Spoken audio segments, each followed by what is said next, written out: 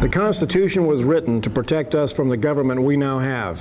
Hello, Vpac. This is Wild Bill for America, and I am disappointed that I can't be with you today. American veterans are my favorite people, and today in the United States, it is the veterans of this nation that must take on the mission of restoring this nation to the rule of law, because, frankly, nobody else seems to be honoring their oath of office. We the people have suffered for 7 years under a president who has made lawlessness his everyday practice. It started out with cash for clunkers. Remember that nonsense? And it has gotten progressively worse year after year until it got so bad that Americans started dying. Border Patrol agent Brian Terry murdered by drug runners with guns provided to them by this administration. How many of our soldiers and Marines have had their legs blown off by IEDs manufactured in Iran? How does the current occupant of the White House respond? By giving Iran over $1 billion, knowing full well that that money will finance more bloodshed. Trickle-down lawlessness has flowed from the White House into our cities until American law enforcement officers are now being assassinated. And of course, there is the Benghazi mess, where for the first time in our history, Americans in combat calling for help were deliberately ignored by the administration and left to die. Definitely one of the most despicable chapters in American history. I salute Special Operations Speaks for having the grit to keep this corrupt and lawless administration from sweeping that one under the rug, as they have done so many other scandals.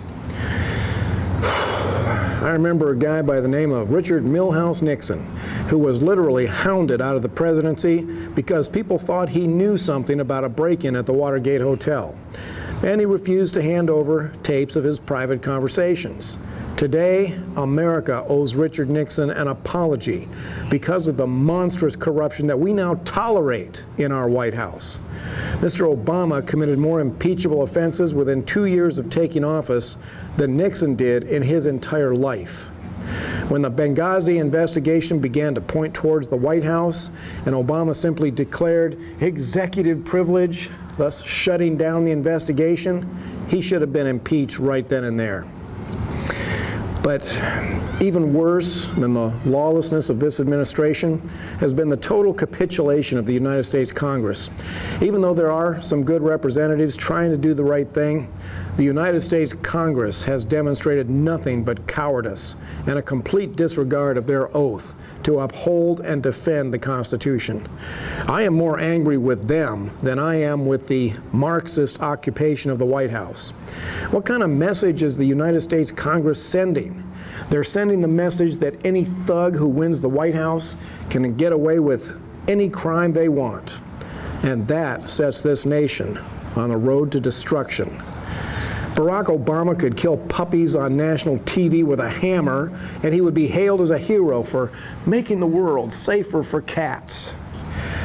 Now, I don't normally pay any attention to those silly polls on the internet, but one caught my eye the other day. It asked, would you support the impeachment of Barack Obama, even if it meant massive rioting all over the country? My answer was 1,000%. And I added a footnote that if they sold raffle tickets with the winner getting to put handcuffs on Obama, it would help pay off the national debt. This Veterans event is strongly emphasizing the duty and necessity of every American getting to the polls to vote. I absolutely concur. Never before has every vote been so desperately needed. Listen carefully about what you can do to combat the voter fraud of the left. But it's going to take more than votes. My message today is going to hammer home the message that just voting the right people into office is not enough. The enemies of freedom have been permitted to drag this country so far from our traditional values that it's going to take substantive action. The American people, sickened and shocked at what this nation has become, have stopped asking, when is the Congress going to do something? It is painfully obvious that the U.S. Congress has sold us out and has no intention of defending the Constitution. The question I hear today is this: when is the military going to do something? The most trusted and most respected in the federal government is the United States military. When is the military going to do something? That is my question to you today. You are America's last hope. If anyone has true grit to honor that oath, to uphold and defend the Constitution against all enemies, foreign and domestic, it is the American veterans. When the organizers of this Vpac put out the call for this event, it said for us to put on our war faces, to prepare for action, to be ready to make history. Today, I'm calling you on that. We're here. We are ready. Were those words a genuine call to action, or just words to get us to attend another event? I am throwing down the gauntlet here. America has had all the events, all the rallies, all the patriotic demonstration we could muster, and they all said the same thing.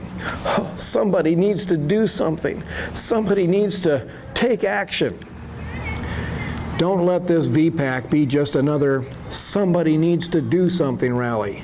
America has had a gutful of those. It's time for action. And if the veterans of America don't step up, who will? Today we are mourning the loss of a great Supreme Court Justice, Antonin Scalia. This is bad. This is bad. The worst thing that could happen to the U.S. military in 1941 was for the Japanese to hit the Pacific Fleet at Pearl Harbor. The worst possible thing for us in 2016 is for the Obama administration to replace a rock-solid Supreme Court justice with a flaming liberal anti-Constitution activist. That could well be the final nail in the coffin of our system of checks and balances. Now, those of you who know me know that I am anything but a conspiracy nut. But the timing of Scalia's death at this point in the Obama reign has raised suspicions in my mind. Let's pray for an honest investigation and that the truth will come out.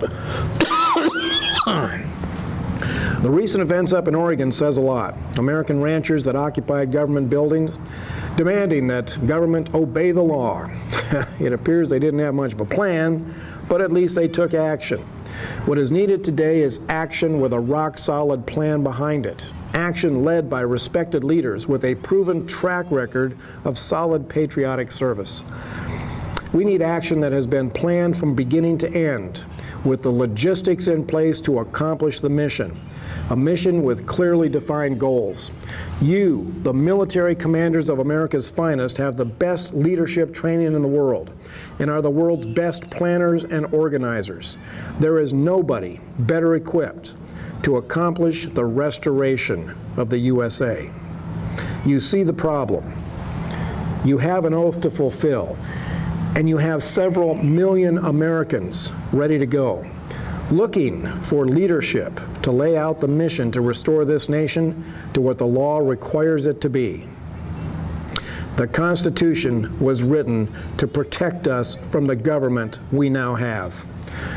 The day has come for a new George Washington to rise up, to lead this nation into a new era of freedom, a proven leader who will assume command of the American people to expel a serious threat entrenched within our own borders, within our own government.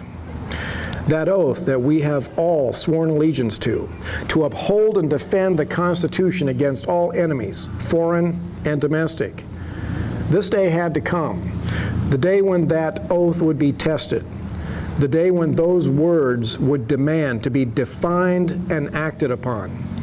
The American people are suffering and demanding action.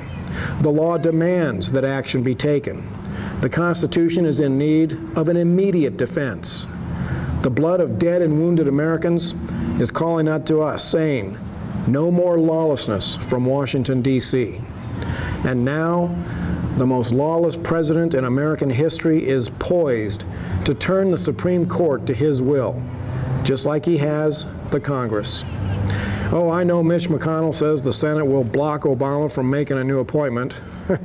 Yeah, McConnell always says things like that just before he surrenders. It's go time. It's now or never time. The test to determine whether Vpac 2016 is a success will be that actions that springs forth from Vpac 2016. So far, every Tea Party rally, every 9/12 event, every patriotic demonstration have all been a flash in the pan because none of them resulted in substantive action that changed the lawless course of the Washington, D.C. cartel. Will substantive action require civil disobedience? Of course it will. You cannot arrest the lawless behavior of government officials without violating their lawless regulations and orders. Will the media try to crucify us for taking action? Of course they will. Will some Americans not understand what's happening? Of course. Many of the early colonists did not understand. It's 1776 all over again. But today, King George is living in Washington, D.C. And we need to decide how we will go down in history. When the men of Vpac put forth their leadership team and announced their plan to take action to defend the Constitution, I will be there to stand with them and to follow them wherever the battle leads. Our forefathers pledged their lives, their fortunes, and their sacred honor to win this nation's freedom. Today, we have the honor of following in their footsteps. Vpac, lead the way. Let's get this mission started. This is Wild Bill for America. Get it started, Vpac, and I will see all of you on the front lines. Thanks for watching, and America bless God again.